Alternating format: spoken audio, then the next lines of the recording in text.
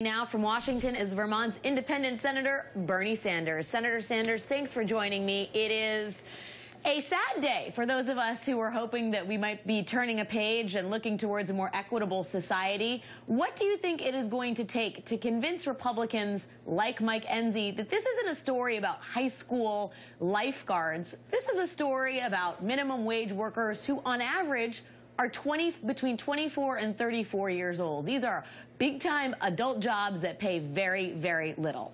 Well, Alex, you're absolutely right. The tragic reality is that today in America, you have millions and millions of adults, many of them trying to raise families, who are working 40 hours a week, and they're living in poverty. And that's not what this country should be about. It really does astound me that at a time when our Republican friends in the House are voting to give huge tax breaks to millionaires and billionaires and large corporations, they don't have it in their hearts to give us at least a $10.10 minimum wage, which would take so many people out of poverty. And as you indicated, this is not just teenage kids getting after-school money. These are people trying to raise a family who understand that the minimum wage has not kept up with inflation. Price of food, the price of gas, price of home heating oil has soared in recent years. Minimum wage has not.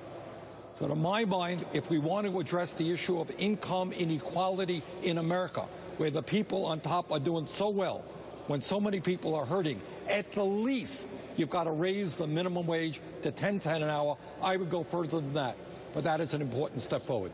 Senator Sanders, you make a very, very good point about the fundamental fairness at odds here, which is people should be able to live on a wage if they are working full-time, a wage that keeps them out of poverty. I mean, that's sort of the idea behind a minimum wage, right? We are in violation of that as a country at this moment. There is the labor reality, which we just talked about, who has these jobs. And then there's a basic economic argument. This would lift 900,000 people out of poverty, possibly millions more, depending on how you look at the numbers. And beyond that, it would be a stimulant. It would have a stimulative effect on the economy. It seems like Tim Pawlenty, at least, sort of understands that. Do you get the sense inside the halls of Congress that there are Republicans in the GOP who know this is the right thing to do? Well, I tell you, Alex, I think the Republican Party has become extremely ideological and extremely right-wing. And let me tell you this will shock some of the viewers out there. But I suspect that a majority of Republicans now are not only opposed to raising the minimum wage, they accept the Koch brothers' line that the concept of minimum wage is undemocratic, it is anti-American, it restricts freedom. And they will move us to the day, if they get their way, where in high unemployment areas in America, you can have people working for $3 an hour or $4 an hour. So to answer your question, I'm afraid the Republicans have moved so far to the right that they accept this ideology that any interference by the part of the government, i.e. having a minimum wage, is a terrible thing.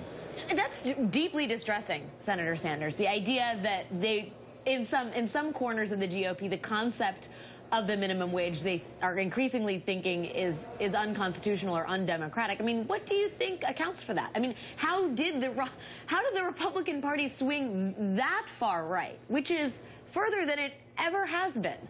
It is clearly the Republican Party of today, and people have got to understand this. This is not our parents' or grandparents' Republican Party, which used to be a moderate conservative party of Dwight D. Eisenhower and others. This is now a right-wing extremist party. You ask how that happened, I would argue a number of factors, but one of them really is the Koch brothers and the hundreds and hundreds of millions of dollars that have been spent on campaigns and in other political ways.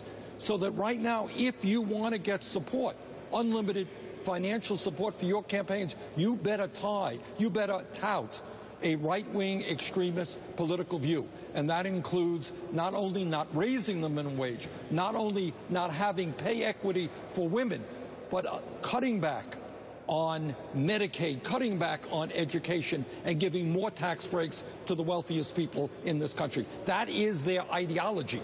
And it's an ideology that most people don't support. But big money is pumping a lot of funding into those candidates who tout that position. Yeah, and clearly that financial support is at the sacrifice of the vast majority of American voters. I mean, not only the minimum wage, 73% of the country opposes a raise in the federal minimum wage, but we even have new poll numbers today from NBC and the Wall Street Journal. 55% of respondents believe that the economic and political systems in America are stacked against, quote, people like me. 54% of the country believes that because of the widening gap between incomes of the wealthy and everyone else, America is no longer a country where everyone, regardless of their background, has an opportunity to get ahead and move up to a better standard of living. These are searing indictments. Alex, I mean, that is the case. I think the perception of most Americans is, in fact, quite right. We are moving toward a situation right now where not only a small number of billionaires have enormous influence over our economy, and I'm talking about Wall Street and some of the large multinational corporations, but increasingly they have, because of Citizens United and their ability to pump unlimited sums of money into campaigns, they now have huge influence over our political process. And that is not what America is supposed to be. It's supposed to be one person, one vote, not the Koch brothers spending hundreds of millions of dollars to buy politicians. And the end result is that we're seeing a middle class disappearing, more and more people living in poverty, while the people on top are doing phenomenally well. That has got to change if we're going to preserve the America that we love. Well, I will say, just as a silver lining to this, the state of Hawaii just raised their minimum wage to $10.10 an hour, which is, of course, what Democrats are trying to do in Congress. And perhaps at the state level, they can shame Republicans in Congress into actually doing something on the issue. Senator Bernie Sanders, thank you, as always, for your time. Thank you. Just ahead, after his recent comments about the poor and people in, quote,